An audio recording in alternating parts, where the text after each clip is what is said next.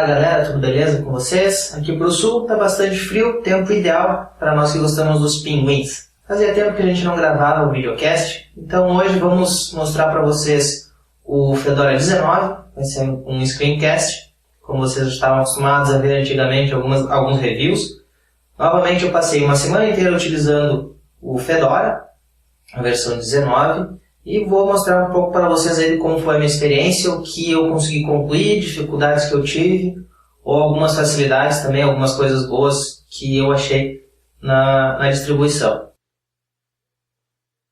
Este então é o Fedora 19, já instalado no sistema. O que eu tenho para falar para vocês então sobre ele? O instalador do Fedora 19 é um pouco confuso, principalmente na parte de particionamento.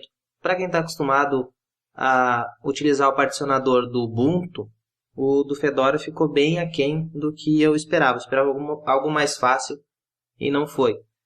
Eu utilizei nessa instalação, eu reaproveitei a minha home que eu tinha no computador antigamente. E para mim conseguir chegar a essa informação não foi assim tão trivial, ou melhor, não estava tão na minha cara como eu ia fazer isso. No entanto, é possível fazer, só tem que dar uma boa prestada de atenção no que está sendo feito. No primeiro login, o sistema mostra uma tela de uma animação, demonstrando um pouco do sistema. Eu achei isso bem interessante, para quem nunca viu o sistema e não sabe o que fazer assim que instala, né? A tela de login é muito mais bonita do que a do Ubuntu, né? Do que a do LightDM. O GDM está muito mais atrativo, assim como todo o GNOME Shell. Visualmente ele é bem mais agradável aos olhos. Uma coisa que me deixou bastante decepcionado foi o sistema de impressão. Primeiro porque nem sempre eu consigo trazer ele na tela com facilidade. Levando-se em conta que o Ubuntu também utiliza o GNOME, eu acreditava que seria praticamente igual. No entanto, a coisa está um pouquinho diferente no Fedora 19. Me deixou na mão, eu não consigo fazer a instalação de uma impressora, porque o driver que ela encontrou, o que acabou utilizando foi um driver genérico, ao contrário do que acontece no Ubuntu, onde ele acha o driver correto e tudo funciona. Então eu fiquei sem conseguir imprimir durante esta semana, tive que utilizar outros computadores para fazer isso. Depois de algumas tentativas de digitar e apagar, que eu consegui chegar até esta tela, fazendo a instalação. Pode ver que também essa tela de autenticação é bem mais bonita que a versão do Ubuntu, né? O GNOME Shell com certeza está melhor, está um pouco mais avançado nesse quesito. Ao adicionar aqui, ele até encontrou a impressora que eu precisava, uma impressora da Xerox, mas na hora da instalação não instalou corretamente.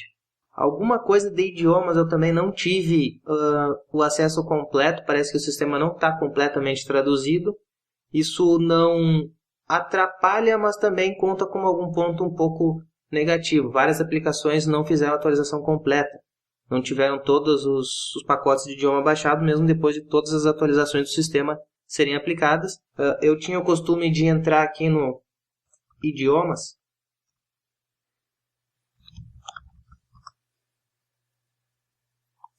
e aqui ele fazia a instalação dos pacotes que faltavam. Isso não aconteceu em momento algum na instalação do Fedora.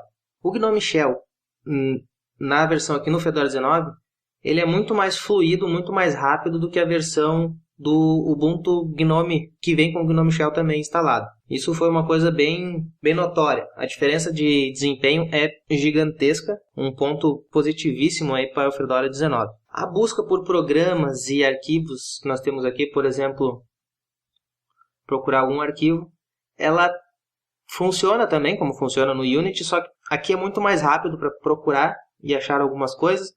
No entanto, ela não é tão precisa e inteligente quanto o Unity. Então, tem coisas boas aqui e tem coisas boas do outro lado. Seria bem legal se os dois conseguissem juntar essas ideias e fazer funcionar bem nos dois casos, né? Há alguma crítica aos dois projetos. É lógico que durante essa semana eu tive alguns problemas de adaptação, conhecimento da interface, adaptação mesmo à interface, conhecer alguns programas que eu não conhecia, como o Extender, procurando alguns programas que eu não encontrei, esse tipo de coisa que é normal para qualquer sistema a gente ter que enfrentar esse tipo de problema sempre que a gente faz alguma migração. Eu falei sobre isso no Opencast sobre o Fedora, no entanto naquele momento eu só tinha 24 horas de uso do Fedora, não dava para falar muita coisa. Lógico que eu já tinha notado alguma diferença, mas durante a semana eu vi que realmente tem um pouquinho mais de adaptação.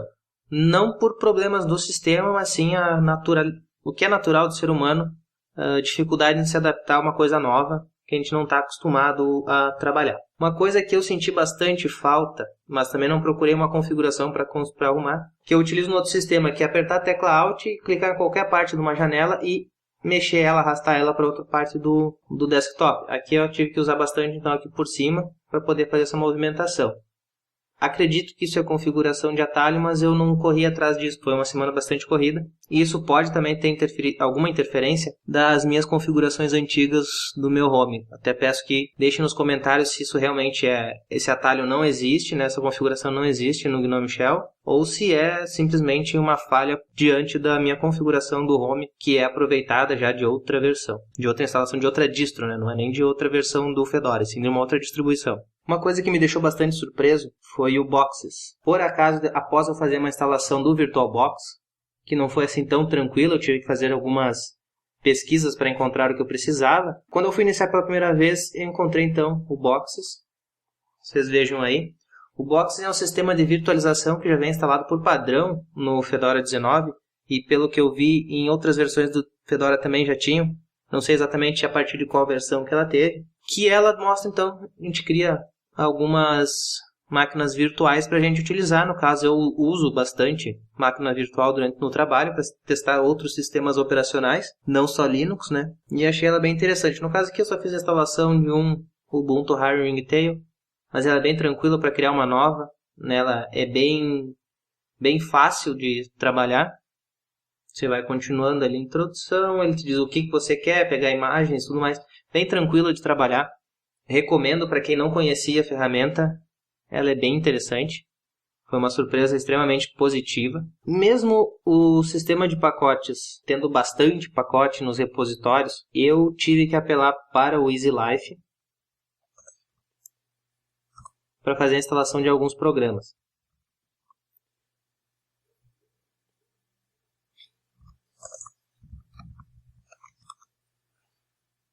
Então esse é o EasyLife.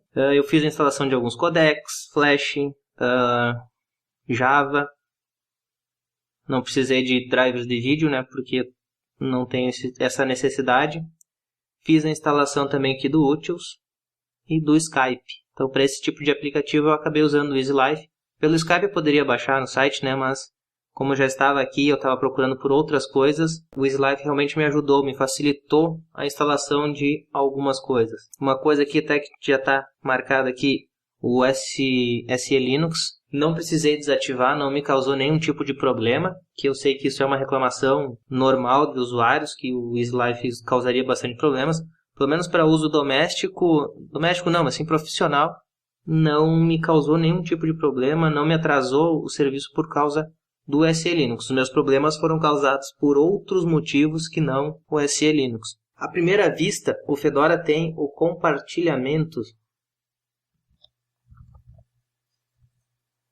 Vocês podem ver que isso aqui me incomodou bastante. Às vezes você começa a digitar, não encontra, você apaga um pouco ali, lá está o compartilhar. Bom, à primeira vista, o compartilhar pareceu ser algo extremamente útil. Eu habilitei o Media Sharing, adicionei alguns diretórios. Inicialmente eu adicionei só um, depois tentei adicionar um outro e liguei o compartilhamento. O que eu esperava, e talvez aí seja o problema, que eu estivesse esperando a coisa errada, é que eu fosse em uma outra máquina e conseguisse acessar esses compartilhamentos via compartilhamento comum. As outras máquinas eram eram máquinas Windows e eu não consegui fazer acesso aos compartilhamentos. Eu precisava fazer um backup de uma máquina para cá, alguns arquivos, né, fazer cópia de uma grande quantidade de arquivos, e pretendia usar a rede nesse caso, e não foi possível por este Media Share. No entanto, como todas as máquinas onde eu trabalho tem o FileZilla instalado, conexão remota acabou me resolvendo o problema, e eu utilizei a transferência via SSH, né, SCP, então acabou quebrando o meu galho. Não me deixou na mão totalmente porque existia essa outra opção. Aí talvez algumas pessoas possam estar perguntando, por que não instalou o Samba então, né? No caso, eu não tinha esse tipo de acesso porque estávamos numa rede controlada com vários bloqueios e os repositórios do Fedora não estão na lista dos liberados. Então, eu não conseguiria fazer a instalação de programas no ambiente que eu estava. eu precisava contar com isso que o sistema já tinha. Lógico, todo mundo vai querer que eu compare isso com o Ubuntu, é natural. No Ubuntu eu também não tenho esse tipo de suporte, né? Não vou ter como instalar os programas para a gente fazer acesso via compartilhamento de rede. A tela de bloqueio, essa é um ponto super positivo do Fedora 19, que na verdade é um ponto positivo do GNOME Shell. O que nós temos aqui? As informações, caso eu tivesse algum e-mail não lido, ele apareceria, algumas mensagens, elas também apareceriam aqui. É muito mais bonita que a do Ubuntu, não tem nem comparação. E ela, além de mais bonita, é muito mais útil, né? Mostrando as informações de novas mensagens, ela acaba sendo mais útil. Inclusive, a tela de bloqueio fica mais útil do que a área de notificação, que fica aqui embaixo.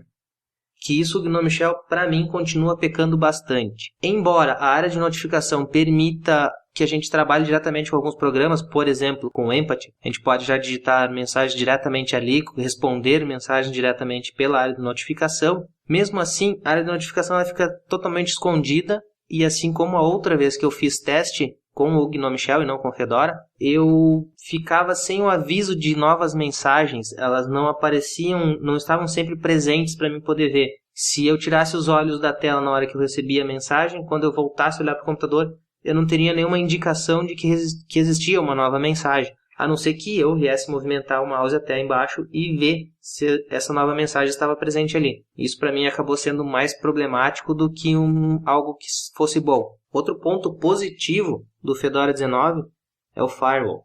Ele já tem uma ferramenta gráfica para a gente trabalhar com o Firewall. Eu acredito que essa ferramenta esteja sempre ativa. E você pode definir aqui zonas, fazer configurações de bloqueios ou liberações de serviços, de portas, né? Fica bem a critério, é bem mais fácil de configurar do que você sair dando comandos para o iptables. Ponto positivíssimo isso para o Fedora 19. Outra coisa que eu sempre faço teste são 2 monitores. Eu não tenho como mostrar isso agora para vocês, mas eu utilizei ele em 2 monitores, que isso eu sempre faço no trabalho. Sempre trabalho com 2 monitores. O sistema como um todo, ele funcionou perfeitamente, sempre fluido, funcionando muito bem, enquanto eu estava trabalhando com um monitor e com uma quantidade razoável de aplicativos. Nada excepcional, nada assim muito exagerado, embora sempre com pelo menos uma máquina virtual ativa. O sistema se comportou muito bem enquanto eu trabalhava com um único monitor. Assim que eu conectei o segundo monitor, aí a coisa mudou um pouco de figura, o sistema não ficou assim tão bom, ficou um pouco mais instável em relação ao que eu utilizava antes, né? No Ubuntu ele consegue se manter estável com 2 monitores e com um monitor, não tem nenhum tipo de problema quanto a isso. Mas o Fedora já não foi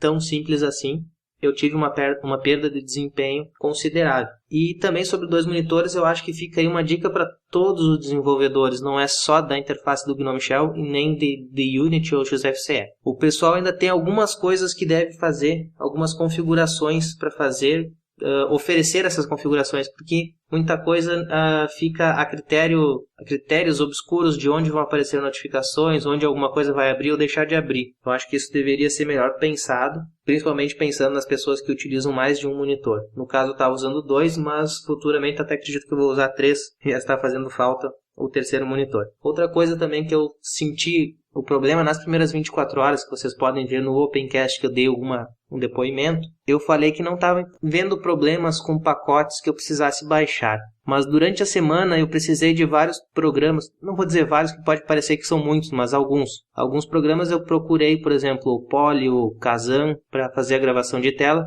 e eu não consegui encontrar esses pacotes.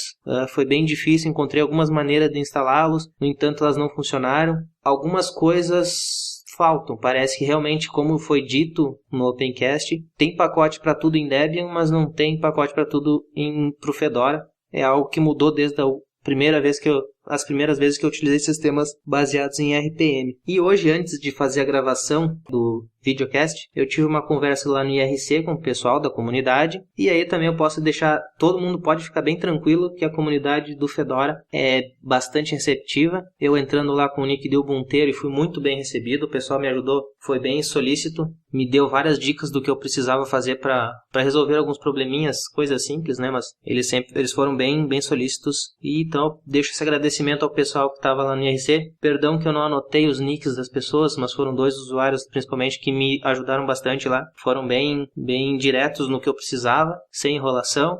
Como diria o Fábio Olivier quando fez a apresentação dele sobre o Fedora, interface gráfica é interface gráfica, né? Não tem muito o que a gente mostrar sem ser repetitivo.